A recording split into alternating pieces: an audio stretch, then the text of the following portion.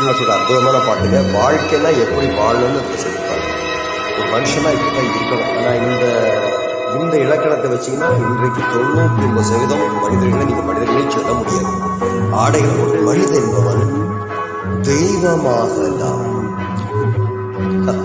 மனிதன் என்பவன் தெய்வமாகலாம். மனிதன் என்பவன் தெய்வமாகலாம்.